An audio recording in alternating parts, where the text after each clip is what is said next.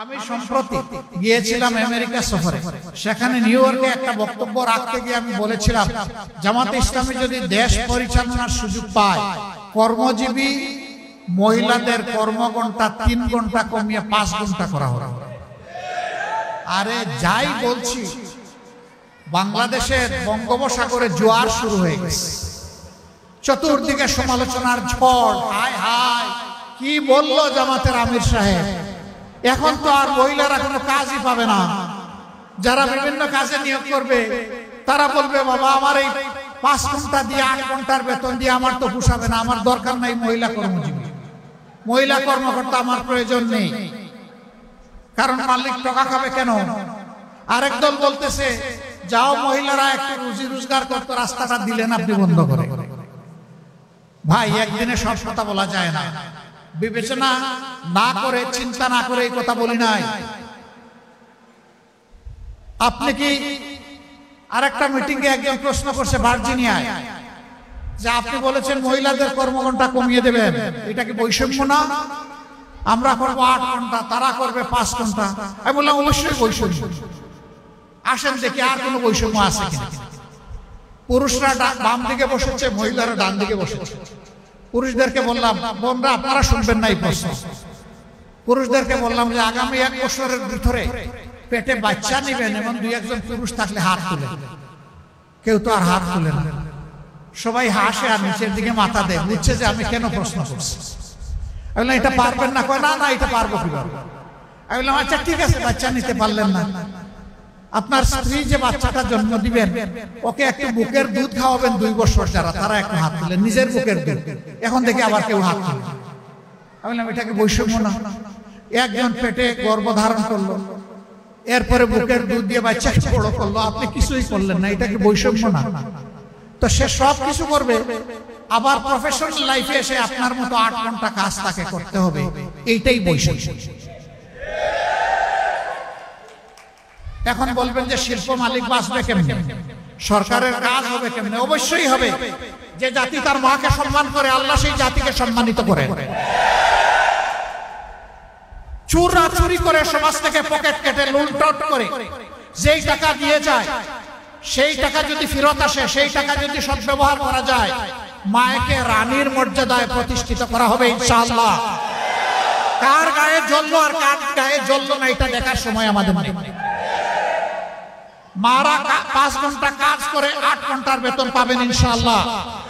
তবে সেই 3 ঘন্টার বেতন শিল্প মালিকদেরকে দিতে হবে না, এটা দিতে বাধ্য থাকবে সরকার। একটা সমাজের বৃদ্ধি হচ্ছে পরিবার। পরিবার যে সমাজের সুন্দর, সেই সমাজ সুন্দর হয়। পরিবার যেখানে এলোমেলো, সেই সমাজ ধ্বংস হয়ে যায়। আমরা আজকে ধ্বংসের মধ্যে পড়ে গেছি, এই সমাজকে ধ্বংসের হাত থেকে উদ্ধার করতে হবে ইনশাআল্লাহ। আমরা একটা কল্যাণ রাষ্ট্র করতে চাই। সরকার সবার কাছ থেকে ট্যাক্স নেয়, সরকারের দায়িত্ব হলো সমাজের চাকা চালু রাখা। সরকারের দায়িত্ব হচ্ছে ওই সমস্ত মাদের বাকি 3 ঘন্টার বেতন পরিশোধ করা। কল্যাণ রাষ্ট্র যেদিন কায়েম হবে ইনশাআল্লাহ, পর্যায়ক্রমে এই দেশ সেই জায়গায় গিয়ে উপনীত হবে। প্রথম দিনই হবে না, নিশ্চয়ই এই কথা জনগণ বুঝে। জনগণের ধৈর্য এবং সহযোগিতা আমাদের লাগবে। জনগণের যদি আন্তরিক সহযোগিতা এবং ধৈর্য পাই ইনশাআল্লাহ তা হবে।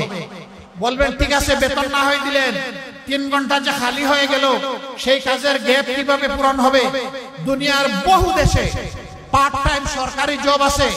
অনেক মহিলা 8 ঘন্টা সময় দিতে পারবে না, বাসার বাইরে তার বাচ্চা আছে, সংসার আছে, এই জন্য জব ছেড়ে দেয়। তারা যখন দেখবে 3 ঘন্টারও আমার একটা সুযোগ আছে, বলবে ঠিক আছে, সেই 3 ঘন্টা আমি আমার প্রয়োজন পূরণ করে আসি। এখানে জব আরো বেড়ে যাবে, একজনের সাথে আরো 18 জন যোগ হয়ে যাবে। সুতরাং আগে যদি 100 জন জব পেয়ে থাকে, এখন 150 জন পাবে ইনশাআল্লাহ। এইভাবে জবের সংখ্যা বেড়ে যাবে। কিন্তু আমরা কোনো মাকে কাজ করতে বাধ্য করব না। যার প্রয়োজন আছে, যোগ্যতা আছে, কাজ তার হাতে সম্মানের সাথে তুলে দেব। তার নিরাপত্তা কর্মক্ষেত্রে বিধান করা হবে ইনশাআল্লাহ। সম্মানিত ভাইরা, এরপরে যদি কোনো শিল্প, কোনো ইন্ডাস্ট্রি মহিলাদেরকে কাজে নিতে না চায়, সরকার নীতিমালা করে দেবে। যে এতটুকু নিতে হবে। কেউ যদি না আসে পুরুষ দিয়ে পূরণ করেন, অসুবিধা নেই। আবার মহিলাদের মাঝে, নারীদের মাঝে কেউ যদি বলেন যে আমি 8 ঘন্টা কাজ করে 8 ঘন্টার বেতন নিতে চাই, তাকে সম্মানিত করা হবে বাড়তি ইনশাআল্লাহ। তিনি যে সম্মানটা দেখালেন রাষ্ট্রকে, এই জন্য তাকে সম্মানিত করা হবে। সম্মানিত করার বহু রাস্তা খোলা আছে। কাউকে বাধ্য করা হবে না, কাজ করতেও কাউকে বাধ্য করা হবে না, কাজ থেকে বিরত থাকতেও বাধ্য করা হবে না। এটা থাকবে অপশনাল চয়েস, অল্টারনেট চয়েস। মা সেই নিয়ামত যে প্রিয় সন্তানকে তার গর্ভে ধারণ করেন। গর্ভকালীন 285 দিন, কম বেশি আরো 10 দিন। এই সময়টা স্বাভাবিক গর্ভকালীন সময়। এই সময়ের ভিতরে জন্ম নেওয়া গর্ভের শিশুটি মায়ের রক্ত থেকে তার পুষ্টি সংগ্রহ করে থাকে। মায়ের ফুসফুস থেকে সে তার অক্সিজেন সংগ্রহ করে থাকে, যার কারণে একটা মানুষের ভিতরে 2টা মানুষের চাহিদা পূরণের ব্যবস্থা আল্লাহ তাআলা করে দেয়। তিলে তিলে নাই থেকে একটা মানুষ জন্ম নেয়, বেড়ে উঠে, আর সেই হারে মাটা দিন দিন দুর্বল হয়। এই সময়টা মায়ের ঝিমঝিম করে মাথা ধরে, বমির ভাব করে, খাদ্যে অরুচি থাকে, ঘুমের ব্যাঘাত সৃষ্টি হয়। অনেকের আবার ওই সময় কিছু ইচিং বা চুলকানি টাইপের সমস্যাও হয়।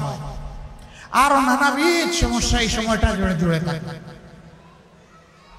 কিন্তু মা বিরক্ত নন, তিনি অপেক্ষায় থাকেন কবে একটা পূর্ণিমার চাঁদ আল্লাহ তাআলা তাকে দান করবেন।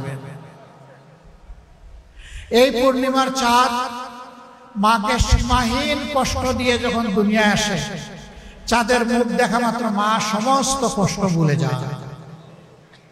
মনের ভিতর থেকে কলিমাতুশ শুকর বের হয়ে আসে, বলেন আলহামদুলিল্লাহ। হে আল্লাহ, তোমার মেহেরবানিতে পূর্ণিমার চাঁদের মতো একটা সন্তান তুমি আমাকে দান করেছো। হে আল্লাহ, তুমি আমাকে আর আমার সন্তানকে সুস্থ রাখো। মায়ের ডিউটি শেষ নয়, সেই দিন থেকে শুরু হয়ে গেল সন্তানকে বুকের দুধ দেওয়া। যখন সন্তান মায়ের বুকের দুধ চুষে আরেক দফা মা দুর্বল হতে থাকে, মায়ের এনার্জি, তার পুষ্টির একটা অংশ তার সন্তানের ভিতরে প্রবেশ করছে। সন্তান সেই দুধ পান করে করে বড় হয় তিলে তিলে। এরপরে কি হয়? এই সন্তানের জন্য মায়ের বুক হচ্ছে সন্তানের নিরাপদ বিছানা। বাবা এই কচি সন্তানকে বুকে নিয়ে ঘুমান না সাধারণত, এই সন্তানটাকে বুকে নিয়ে ঘুমান মা। এটা তার বিছানা, এটা তার বাথরুম। ওই বাচ্চা অবুঝ মনে খায় আর সেখানে পেশাব পায়খানা করে, মাঝে মাঝে বমি করে। এটা শীতের রাত না গরমের রাত, মার কাছে এর কোনো ব্যবধান নেই। মা পরম আদরে সব কিছু সামাল দিয়ে বাচ্চাকে যত্নে রাখেন, নিজেকে তিনি পাক পবিত্র করেন। এরপরে যদি এই বাচ্চাটার কখনো অসুখ বিসুখ হয়, ক্লান্ত বাবা একসময় ঘুমায় পড়েন, মার চোখের ঘুম হারাম। সন্তানের মাথার পাশে মা বসে থাকেন সারা রাত, টপ টপ করে চোখ দিয়ে পানি পড়ে। কখন আল্লাহর দরবারে হাত তুলে বলেন, রব্বুল ইজ্জত, এ বাচ্চা আমি তো চেয়ে আনি নাই, তুমি মেহেরবানি করে আমাকে দান করেছো। তোমার এই নিয়ামতের জন্য আমি তোমার কাছে শুকরগুজার করি। আমার বাচ্চাটার অসুখ আল্লাহ তুমি দূর করে দাও। হে আল্লাহ, একটা জীবনের প্রয়োজন হলে আমার বাচ্চাটাকে রেখে দিয়ে আমাকে নিয়ে যাও। এই মা তিলে তিলে বাচ্চাটাকে লালন পোষণ করে। স্কুলে যাওয়ার সময় হলে তাকে তৈরি করা, স্কুলে পৌঁছানো, আবার নিয়ে আসা। মা তার পিছনে লেগে আছে, ছেলে হোক মেয়ে হোক। এরপরে এই শিশুটি একদিন কিশোরে উপনীত হয়, কৈশোর থেকে সে যৌবনে যায়। ছেলে হলে কর্মক্ষেত্রে প্রবেশ করে, মেয়ে হলে আদরের এই দুলালিকে লালন পালন করে, লেখাপড়া সম্পন্ন করে, মানুষ হিসাবে গড়ে তুলে সারা জিন্দেগি তার পিছনে যত্ন করে, সে যখন যত্ন করার জায়গায় আসলো তখন একজন যুবকের হাতে তাকে উপহার দিয়ে তুলে দিলেন। এই যে একটু আগে আমাকে এখানে ফুল উপহার দেওয়া হয়েছে, আমি তাদের প্রতি কৃতজ্ঞ, তাদেরকে ধন্যবাদ জানাই। আপনারা দেখেছেন এই ফুলটা দেওয়ার সময় তাদের মুখের মধ্যে খুশির একটা ঝলক, আমারও মুখে খুশির ঝলক। এরপর মানুষ যখন মানুষকে কোনো উপহার দেয়, অন্তরের মধ্যে তার একটা আনন্দের ঢেউ খেলে যায়। কিন্তু দুনিয়ায় একটা উপহার তার ব্যতিক্রম। এই উপহারটা হচ্ছে ওই যে যুবতী যাকে তিলে তিলে মা গর্ভে ধারণ করেছিলেন, বুকের দুধ খাইয়েছিলেন, বুকের বিছানায় বড় করেছিলেন, লালন পালন এবং শিক্ষা দান করেছিলেন। এই উপহারটা তিনি যখন একজন যুবককে দিচ্ছেন, তখন মা বাপের চোখের সমস্ত পানি পদ্মা, মেঘনা, যমুনার মতো বইতে থাকে আর টপ টপ করে ঝরে। শাড়ি দিয়ে আঁচল দিয়ে বারবার মুছছেন, কিন্তু ওই পানি কোনো বাধা মানে না। মা বাবার মনে তখন একটাই কথা, ওরে বাবা, একটা গোলাপের চারা লাগিয়েছিলাম, এটার নিচে পানি দিলাম, সার দিলাম, কীট পতঙ্গ থেকে রক্ষা করলাম, আগাছা নিংড়ালাম, যত্ন নিলাম, আমার গাছটা বড় হলো, ফুলের একটা কলি ফুটলো, তার থেকে গোলাপ, এই গোলাপ আজকে তোমাকে আমি বাবা তোমার হাতে তুলে দিলাম। এখন সৌন্দর্য তোমার, সুগন্ধ তোমার, শুধু একটা কথা, আমার গোলাপকে তুমি একটা যত্নে রাখো। এই সময়টা অনেক বড় কাঁদে মানুষ, তো শ্বশুর শাশুড়ির চোখের পানি দেখে তারও কান্না আসে। এই মানুষটা একটা অজানা জগতে এসেছে। আপনি তো আপনার মায়ের ঘরে, বাবার ঘরে আছেন, এখানে আসার পরে একটা ক্লেশ শুরু হয়। যিনি বধূ হয়ে এই ঘরে প্রবেশ করেছেন, সবাই তার কাছ থেকে সব কিছু চায়, যেন তিনি একটা ফিরিস্তা, তার কোনো চাহিদা নাই, সব কিছু উজাড় করে শুধু তিনি দিতেই থাকবেন। তার যদি সামান্য কোনো ভুল ত্রুটি হয়, খাতার মধ্যে লিখে লিখে রাখে, আজকে অতটা সময় ভুল করেছে, মানে মনের কথা। মেয়েটির স্বামী যখন করে আসেন, মা বলে, বাবা, একটা মেয়ে বড় আশা করে এনেছিলাম, কিন্তু কি জানি মাঝে মাঝে কি সব উলট পালট করে। বাবা, না, বলবো না বাবা তোকে, বলে কষ্ট দিয়ে লাভ নেই। আসলে তিনি কিন্তু কষ্ট দিয়েই ফেলছেন ছেলেকে।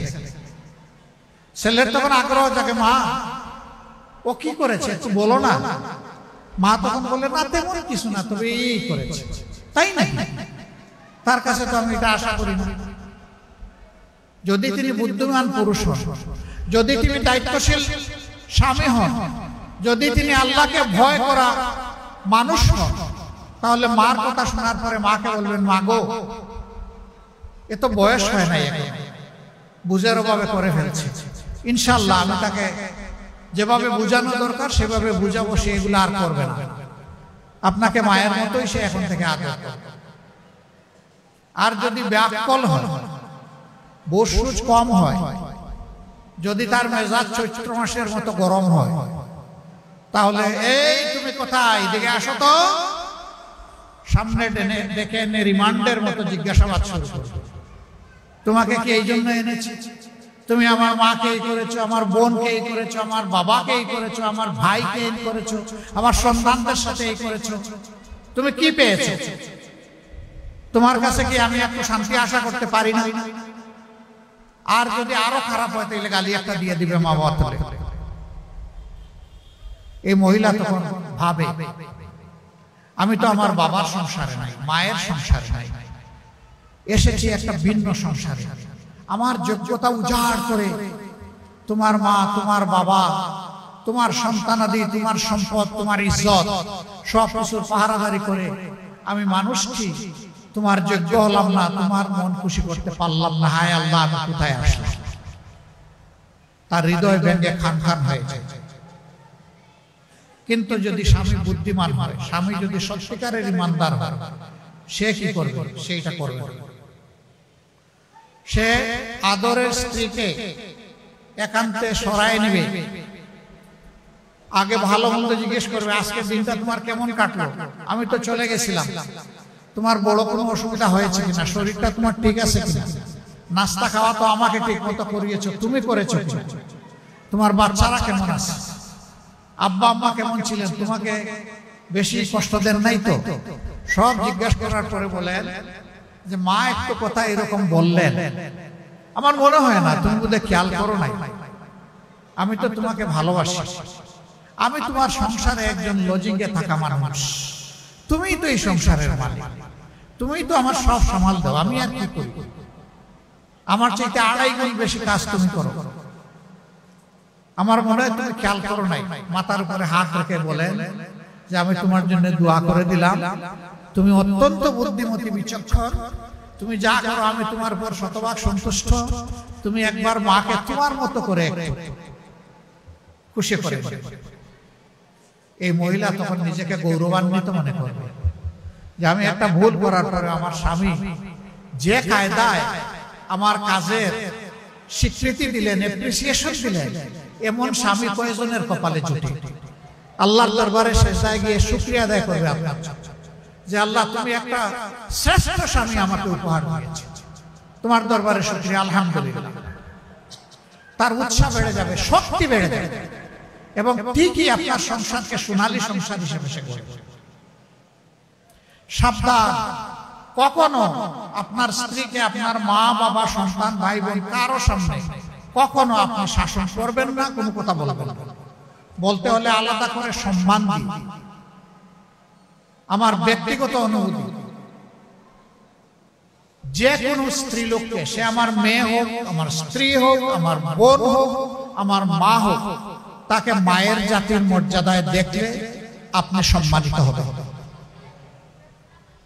এক চালাক আমার সহকর্মী একদিন বলে যে জনাব স্ত্রীকে কি হিসাবে দেখবেন? বললাম ওয়েল, স্ত্রীকে স্ত্রী হিসাবে দেখবা, ওই স্ত্রীর মা বাবার চোখের পানির দিকে তাকাইয়া তাকে সম্মান করবা, ভালোবাসবা, আর তোমার সন্তানের মা হিসাবে তাকে তুমি শ্রদ্ধা করো। তুমি যেমন ভাই চাও যে তোমার মাকে সবাই সম্মান করুক, তোমার সন্তানরাও চায় তাদের মাকে সবাই সম্মান করুক, তুমি সহ। এরকম যে সংসার গড়ে উঠবে।